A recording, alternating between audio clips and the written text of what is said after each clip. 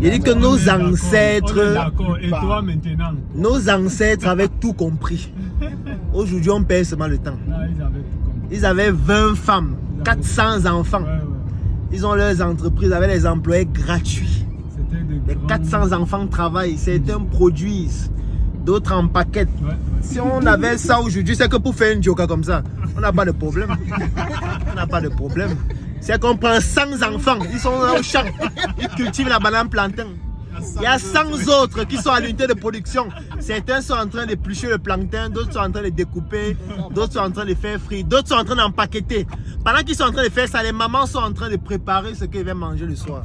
Oui. Il y a 100 autres qui sont là pour vendre. Il y a 100 autres qui se baladent dans toute la ville.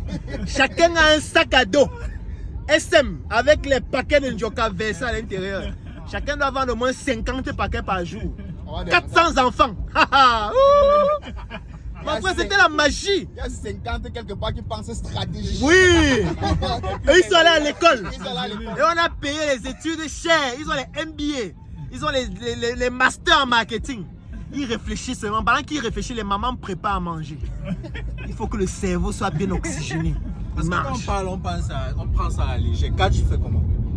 Si ce n'était pas ces enfants qui sont en train de manager son étude là, c'est que c'est mort. Donc, Morel, polygamie ou monogamie? Tu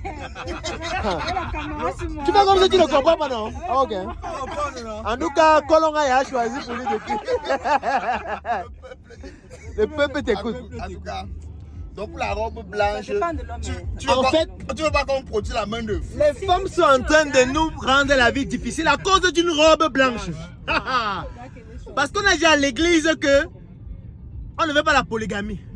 Elle veut se marier à l'église avec une longue robe blanche.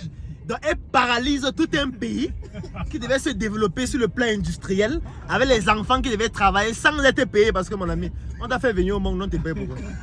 Tu sais le nombre de rapports sexuels qu'il faut faire pour qu'un enfant arrive sur terre. Quand tu viens voir ton père, il a 200 enfants, comme tu n'as pas peur, tu vas voir qu'il a trop travaillé comme ça. Travaille aussi. Tu travailles gratuitement, tu vas au champ, tu cultives. Aujourd'hui, tu es obligé d'avoir un enfant, 2 enfants, parce que tu as une femme, 2 femmes. Et puis, tu es obligé de payer les employés, payer tout. Et par eux même. Tu es obligé de produire les contenus chaque jour sur Internet. Les gens t'insultent chaque jour. Tu bouffes les tontines. S'il y avait 50 enfants. Alors que s'il y avait 30 enfants, tu dis que chacun a un contenu par jour. C'est que c'est la magie en ligne. Hey! Il y a un qui produit le contenu au champ, l'autre produit à l'unité de production, l'autre produit à les vendre, l'autre sponsorise les contenus de tout le monde. Hey! L'autre vend à l'école. Ça veut dire que lui il prend chaque matin. On l'inscrit à l'école pas pour étudier, on l'inscrit pour aller vendre les produits. Donc il a encore équilé, il y a 1000 élèves. L'école autrement. Il développe les stratégies de vente. Voilà, ouais. Ah non. Dans les grands pays, tu vois que en fait la polygamie, nos ancêtres avaient pensé à ça. Parce qu'ils savaient que c'est ça qui va nous permettre de nous développer. Ah oui. On est venu occidentaliser nos mœurs, occidentaliser. Les gars, quand ils parlent même derrière, ça m'énerve. On est venu dire que non, tu quitteras ta famille, tu quitteras ton père et ta mère, tu épouseras ta femme au singulier. Voilà ce que ça nous donne aujourd'hui. Depuis qu'on épouse les femmes au singulier, voilà ça. Voilà ça. Finalement, les vendeurs de sextoys sont obligés de prospérer dans leur business. Parce qu'on ne permet pas aux femmes de jouir de la vie. Les femmes sont devenues égoïstes. Elles veulent tout pour elles seules. C'est pas sérieux. Quand un homme est puissant, il faut qu'il soit aussi dans des dispositions puissantes. Donc vraiment, je sais que cette vidéo va nous faire bouffer une tontine, mais ceux qui connaissent ce qu'ils sont en train de dire là. Tous les hommes pensent comme ils pensent là, c'est juste qu'ils ont peur de parler. Toi qui es un gars là, parle avec lui sincèrement. Dis-lui que, est-ce que chérie, tu ne trouverais pas que tu devrais avoir une autre femme? Tu vas voir ce qu'il va dire. Fais l'expérience un jour. Tu es avec ton chéri, tu dis que chérie, j'ai bien réfléchi, je pense que il faut que tu aies une deuxième femme. Parce que nous deux, on pourra mieux s'occuper de toi, on pourra mieux travailler, on pourra s'occuper de tes affaires. Et écoute ce qu'il va dire. En fait, non, il y a une femme à Equinox qui était passée 10 ans. Oui, non. Elle avait dit que, gars, elle s'est rendue compte qu'elle avait trop de problèmes dans son Suzanne Kalalo, ben non. Non, il y a une autre. Une autre? Qui dit ça, Ah oui. bon? Et qu'elle a recommandé à son mari de prendre une autre femme pour pouvoir s'épanouir tout simplement. Voilà. Donc, Moi, j'ai rencontré par contre une femme qui était mariée avec un monsieur qui souffrait d'un satyriasis. C'est la forme masculine de la nymphomanie. Et puis son mec voulait coucher avec elle au moins 4 fois par jour. Ils ont vécu comme ça pendant 2 ans, 3 ans. Un jour, elle est venue dire qu'il était dit, il dit, hey, chérie, il était trouvé une femme. Ce n'est pas qu'il faut que tu aies une femme. J'ai trouvé une deuxième femme que tu vas avoir. On va se partager. Donc tu fais 4 jours chez elle, tu fais 3 jours chez moi, comme ça chaque semaine. Et me repose un peu, parce que depuis 2 ans. Bientôt, il ne va plus marcher. Bientôt, il ne pourra plus marcher parce qu'il fait l'amour. Ouais, ça résout tellement le problème dans la société, tellement.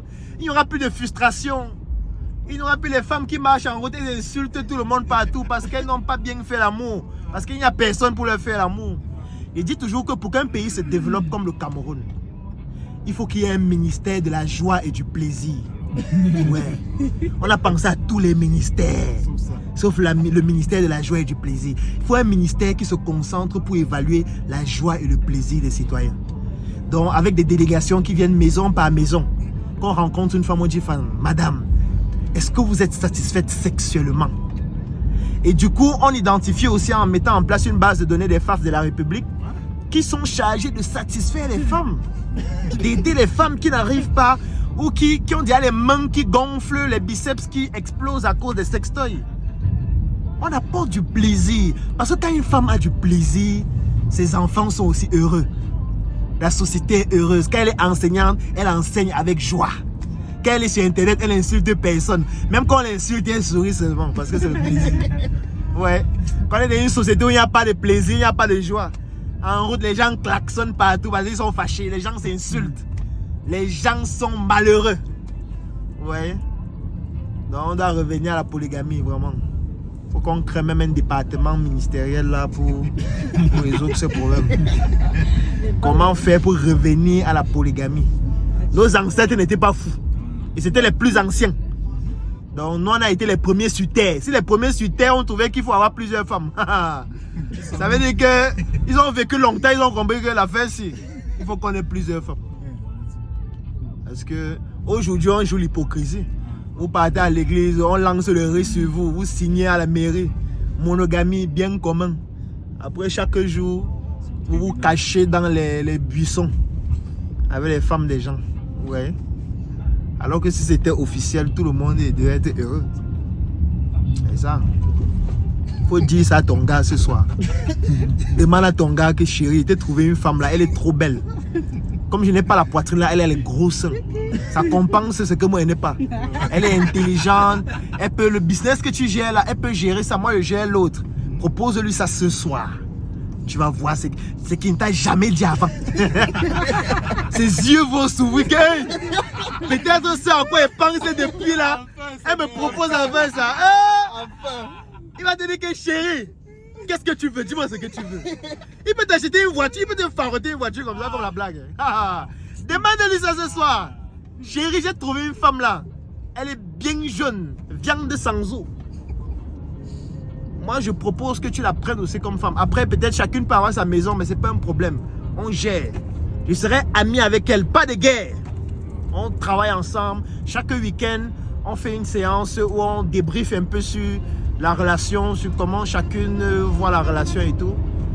Et puis, gars, c'est nickel. C'est nickel. On sort de ça comme ça, vraiment. On a vu des choses magnifiques. C'est ça qui me fait penser à ça, en fait. Non, mes amis, arrêtons l'hypocrisie là. C'est ça qui nous tue. C'est ça qui nous tue. Moi, mon père me disait que après les 40 ans de carrière, il a travaillé sur la pension retraite. Et pendant 40 ans de carrière, il n'a traité le dossier que de 43 hommes. Ça veut dire que les cas où c'est la femme qui est morte en premier et l'homme est resté et il fallait maintenant qu'il ait la pension de sa femme. Il a eu 43 cas en près de 40 ans. Parce que dans la plupart des cas, l'homme meurt presque toujours avant la femme. Vous voyez ça? Donc nous, on va toujours mourir tout le temps. On va toujours mourir enfant.